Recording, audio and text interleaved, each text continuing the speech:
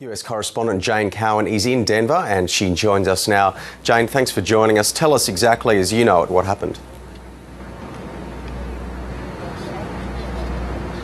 Hi Simon, well here's what we know at this stage about what happened. At this midnight screening, actually during the first action scene, about 15 minutes into the movie, a figure wearing full riot gear in black appeared beside the screen at the front of the theatre. He was wearing everything from a gas mask to a bulletproof vest to a throat guard, a crotch guard, and by some accounts even bulletproof leggings. At first people thought that this was all part of the show, perhaps some live special effects, but then what happened was he threw a canister of something like tear gas into the audience, and then he simply began firing indiscriminately at the people sitting there in front of him. So everything turned to pandemonium. Bullets were piercing the walls, injuring at least one person in the cinema next door in this multiplex, and people were dropping to the ground, and people were saying that it felt as though these bullets just went firing on and on and on.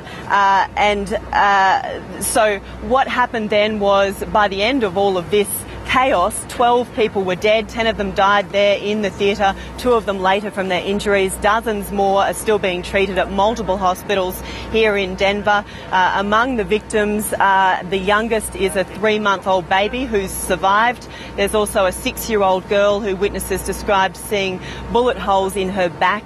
And there's also among the dead an aspiring young sports journalist who had already managed to escape another shooting in Toronto recently. But Simon, let's have a listen to some of what the people who were there had to say. A young girl just with bullet wounds in her leg and blood just all over her is just... I don't ever want to see something like that again. Boom of the smoke bomb, and that's it, and then the shooting just started. It was just straight chaos, you know, everybody was starting to scream and run, and at that point he went straight from here to here with a gun in my face. First I was so scared I didn't even know what to do. Like, we just ducked down under the seats. Like, you didn't want to move because you weren't sure where he was. Very dramatic accounts there, Jane. Police aren't saying what might have been the motive for this attack, but what is known about the shooter?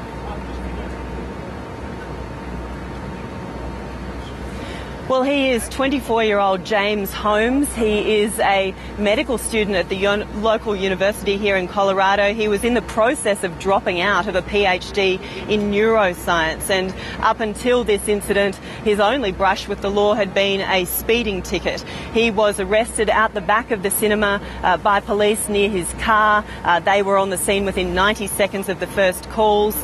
He apparently did not resist at all, and he, by one account, he actually may have had his face or his hair painted red and may have claimed to the arresting officers that he was the Joker. Now, this information is coming from the New York Police Chief, Ray Kelly, who was apparently briefed on the shooting. The local police here, though, investigating it, aren't saying anything about the motive. They're making no link between why the shooter did this and the movie, the Batman movie. They're saying they want to save that information for the courts. And police say that his apartment is booby-trapped. How are they going with that?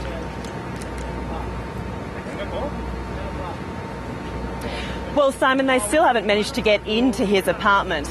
This is something that they were tipped off to by the man they took into custody himself. He said something that led them to believe that his apartment could be rigged with explosives. They went there and they used cameras on poles.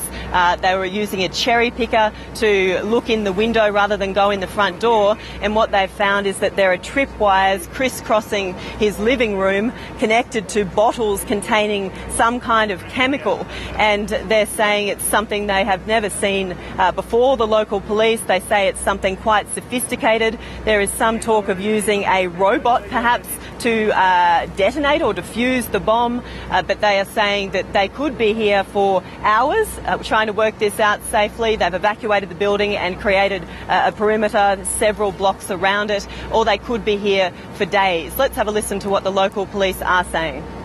His apartment is booby-trapped with various incendiary and chemical devices and apparent tripwires. So we have an active and difficult scene there. It may be resolved in hours or days. We simply don't know how we're going to handle that. And Jane, Barack Obama has expressed his condolences to the family, but he also says this attack is not linked to terrorism. Yeah, they think that this was one man acting alone, but, you know, this whole incident has revived very uncomfortable memories, obviously, in a country that sees far too much gun violence. Columbine High School shooting happened not far from here in another suburb of Denver, and this also triggers the whole debate about gun control in America, just like happened after the shooting of the Democratic Congressman Gabrielle Giffords a year and a half ago now in Arizona. But history shows that very little does change because, as you know, gun rights, the right to bear arms, is enshrined in the US Constitution, and any infringement or encroachment on that right to have weapons is fiercely resisted by the very powerful gun lobby, the National Rifle Association here in the US. But Simon, politically, at least today, both sides have really suspended the campaigning for the November election. Both the Republican challenger Mitt Romney and the President Barack Obama have pulled their campaign ads off television screens here in Colorado out of respect. And the President, who was campaigning in Florida, actually turned his campaign appearance today into really somber comments about how the country needs to pull together in the face of an event like this. He said that there will be other times for politics, and he's now gone back to the White House to monitor this situation. Let's have a listen to Barack Obama. Even as we learn how this happened and who's responsible, we may never understand what leads anybody to terrorize their fellow human beings like this. You know, such violence, such evil is senseless.